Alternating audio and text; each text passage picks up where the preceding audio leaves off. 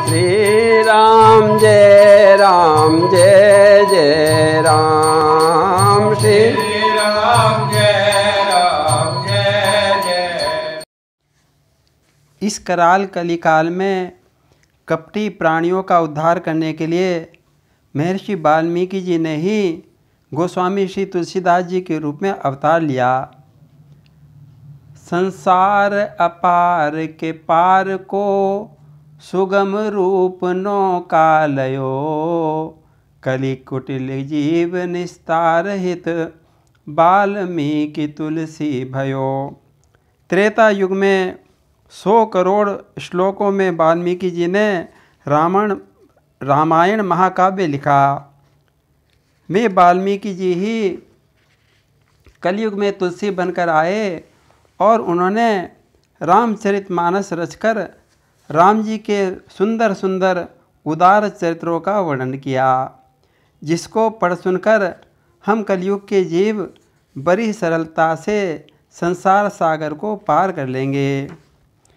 है नमन पाद पद्मों में बारंबार बाबा तुलसी, कलि कुटिल जीव निस्तार हेतु अवतार बाबा तुलसी।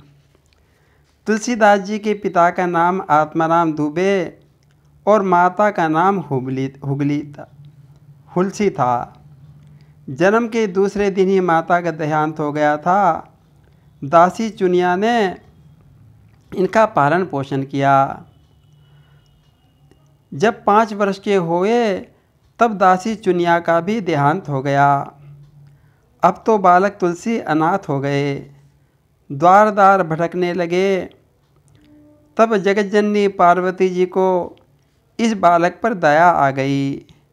मैं ब्राह्मणी का वेश बनाकर प्रतिदिन तुलसी बालक के पास जाती और अपने हाथों से भोजन कराती थी। कुछ दिन बाद पार्वती जी ने भगवान भोलेनाथ शंकर से कहा कि हे भोलेनाथ, अब इस बालक की सास संभार आप संभालो। भोलेनाथ ने एक संत श्री नरहरिदास जी को प्रेरणा करी। मैं बालक तुलसी को अपने साथ अयोध्या ले गए। वहाँ उन्होंने इसका नाम राम बोला रखा। इनको राम मंत्र की दीक्षा दी। गुरुदेव श्री नरहरिदास जी ने इनको रामचरित सुनाया। अब तो तुलसी जी राम नाम में लग गए। अब रहा एक श्री राम नाम आधार बाबा तुलसी, कलि कुटिल जीव निस्तार हेतु अवतार बाबा तुलसी। समय आने पर रत्नावली नाम की सुंदर कन्या से इनका विवाह हो गया। एक बार इनकी पत्नी अपने भाई के साथ अपने मायके चली गई। पीछे पीछे तुलसीदास भी वहीं पहुंच गए। इनकी इतनी आसक्ति देखकर इनकी पत्नी ने इन्हें फटकार लगाई। कहने लगी, मेरे इस हाड़ मांस के शरीर में जितनी तुम्हारी आसक्ति है, उससे आधी भी यदि राम जी में हो जावे तो तुम्हारा बेड़ा पार हो जाएगा। हाड़ मास की देह मम तापे जितनी प्रीत, तिसु आदि सो राम प्रति अवश्य मिटते भवभीत। पत्नी के ये वचन सुनकर तुलसी के हृदय में लग गए। मैं एक क्षण नहीं रुके, तुरंत वहाँ से चल दिए। ग्रस्त वेश को त्याग कर साधु वेश धारण कर लिया। तुलसी जी का जीवन बदल गया। तुलसीदास जी काशी में रहकर राम कथा कहने लगे। सुबह शाम सोच से बचा हुआ जल एक पेड़ के नीचे डाल देते। उस पेड़ पर एक प्रेत रहता था। वो उस जल को पीकर अपनी प्यास बुझाया करता था। एक दिन प्रसन्न होकर उस प्रेत ने तुलसीदास से कहा कि हे तुलसीदास, तुम वर मांगो। तुलसीदास जी ने कहा, मुझे तो रामचंद्र जी के दर्शन करा दो। प्रेत ने इनको हनुमान जी का पता बता दिया कि हनुमान जी कोढ़ी का वेश बनाकर कथा सुनने आते हैं। कथा की समाप्ति पर जब हनुमान चलने लगे तो तुलसीदास भी उनके पीछे पीछे हो लिए। निर्जन स्थान में पहुंचकर तुलसीदास जी ने हनुमान जी के चरण पकड़ लिए। मना करने पर भी चरण नहीं छोड़े। तब श्री हनुमान जी ने इनको प्रत्यक्ष दर्शन दिया। प्रसन्न होकर वर मांगने को कहा। तब तुलसीदास जी बोले कि हे हनुमान जी, आप मुझे रामचंद्र जी के सुंदर रूप का दर्शन करा दीजिए। उसी रूप के लिए मेरे नयन सदा लालायित रहते हैं। लीजिए मांग लीजिए बर, कही दीजिए राम भूप रूप, अति ही अनूप नित नैन अभिलाखिए। जब तुलसीदास जी ने इस प्रकार कहा तब हनुमान जी ने कहा कि चित्रकूट जाओ, वहीं दर्शन होंगे।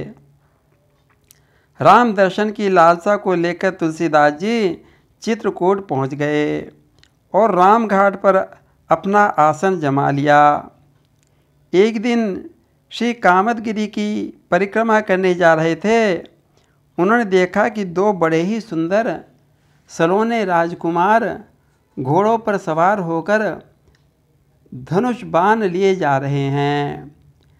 काशी बसी पापता प्रेत से हनुमत का दर्शन पाया, हनुमत कृपा राम दर्शन कर हुआ आपका मन भाया।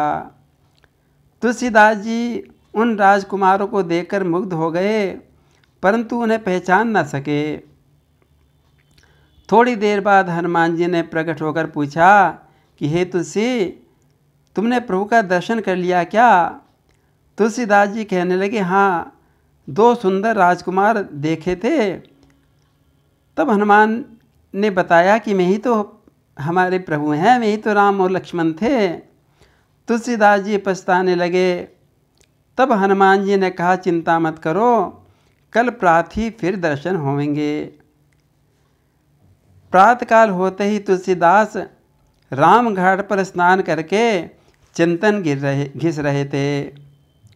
तब भगवान राम और किशोर बालक के रूप में प्रकट होकर तुलसीदास जी से बोले कि हे बाबा, मुझे चंदन लगा दो।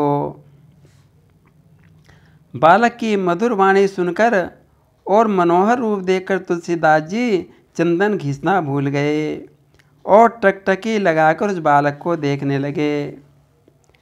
हनुमान जी ने सोचा फिर बालक के धोखे में ये तुलसीदास न रह जावे, इसलिए तोते का रूप धारण करके कहने लगे, चित्रकूट के घाट पर भई संतन की भीड़, तुलसीदास चंदन घिसे तिलक देत रघुबीर।